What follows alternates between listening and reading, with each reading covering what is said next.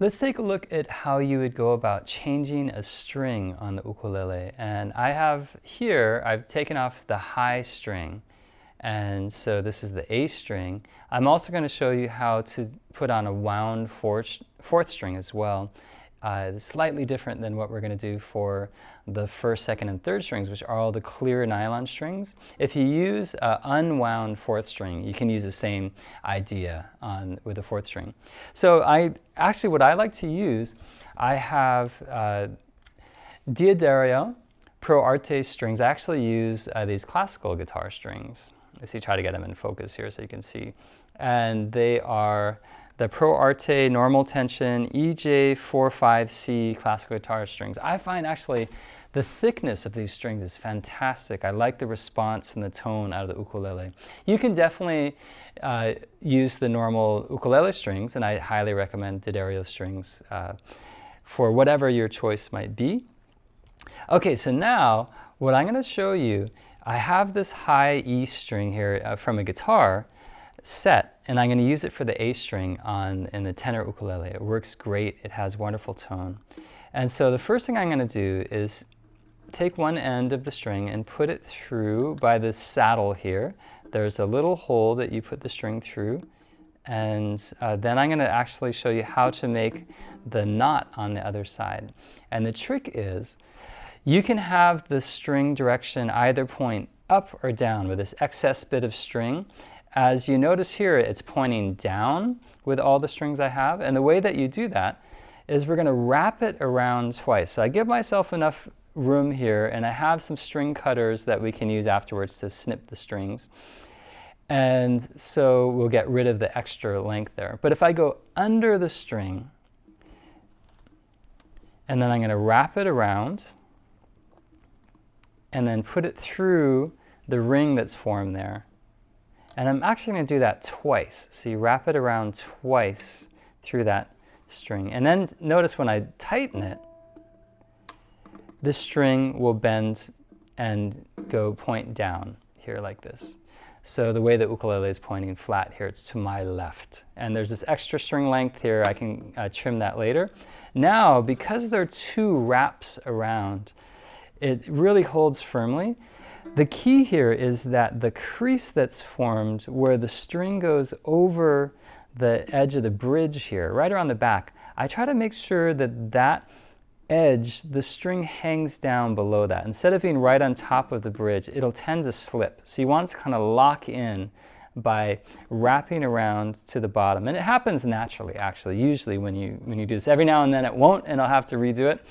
I'll show you again. I'm going to loosen it up, and we'll try that again, because this is the really most important step here in getting your string to stay put when it's on. So, okay, I brought it back out so it's just straight. I give myself enough length here.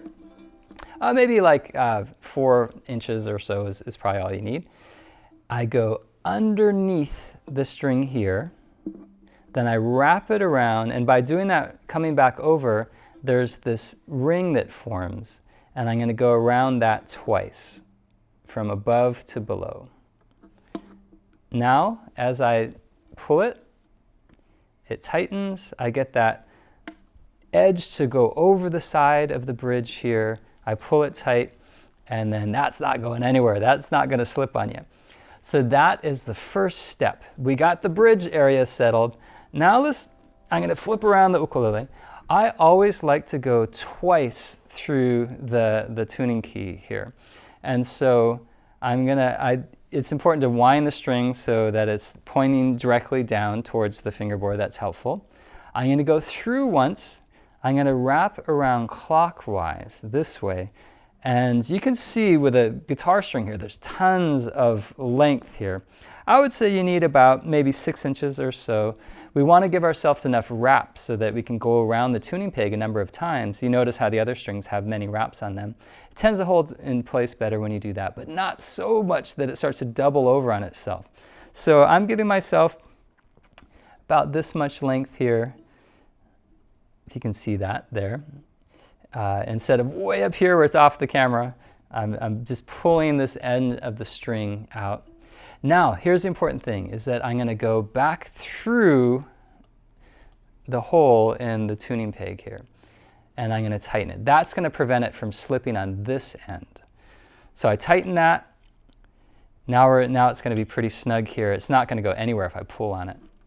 I have this amount of length. Now we're ready to start winding. Okay, I just grabbed my little string winder. This is also from Planet Waves, another D'Addario product. And what's great about this, it has little clippers on the end. You can clip the excess length of the string out, and it has a winder that fits over the tune key. I don't know how to do it without this. It's just a lot of twisting with your hand. It's not very fun. So with that in mind, I'm going to, for the higher strings, I'm going to wrap the string around counterclockwise. Notice how I'm spinning towards me this way. And what that's going to do is you always want to have the string on the inside of the tuning peg, whether it's the high string or the low string. So you have to go in different directions to make that work. So I'm bringing the higher strings in towards me, and I'm trying to go, every time it wraps around, I'm trying to go below the string that's already there and get it really snug up against that. Notice with this hand, my left hand, I'm holding it tight here, and I'm guiding it with my index finger, keeping it in place there. And often I'll cut the excess string to start with, but I'm going to wait to the end to do that here. And I'm just going to keep spinning around. The string winder makes it so easy. Then as it starts to tighten, I'm just going to carefully guide it onto the nut here, into the little groove that the string sits on. And then continuing to tighten, then you'll start to get pitch. Now I can get rid of this extra length. I'm going to use these snippers here, cut it like pretty flush up against the top of the tuning peg there, and make sure that we're in that groove there. Yep. And aha, we're starting to get some sound here. I have to get way up to this 5th fret note. I'm just tapping out that note to hear what the pitch is supposed to be.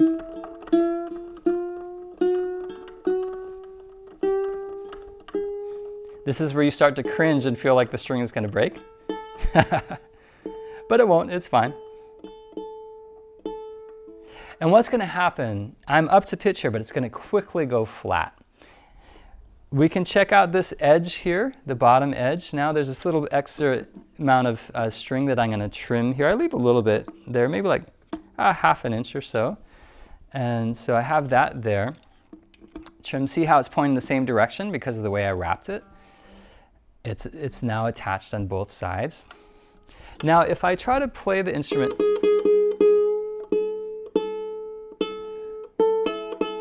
it's going to keep going flat. So what I like to do is put my hand down on the string, my left hand, and pull up on the string, stretch it out at various places along the length of the string. This will really save your string time into settling so that it stays in tune better. So giving it just a little bit of a stretch across the length of the string. It's going to go really flat when you do this. Now for the fine tuning, I don't use a string winder anymore. I use my hand to do this. And there we go. That's the high string. It's going to keep going flat, as I mentioned. So every time you pick up your ukulele to play, you're going to have to double check. That string is going to keep going flat. You can keep stretching it out. I like doing that, doing this, holding the string various places, stretch it out. See, it's a little bit flat, back up to pitch.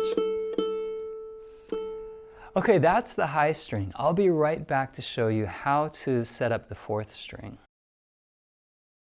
Okay, if you have a low G tuning and you use a wound 4th string, once again, this is actually the classical guitar string from the Pro Arte set of D'Addario. Same idea, you put the string through the bridge, you put it through the little puka, we say here in Hawaii, or the hole that is designed for each string.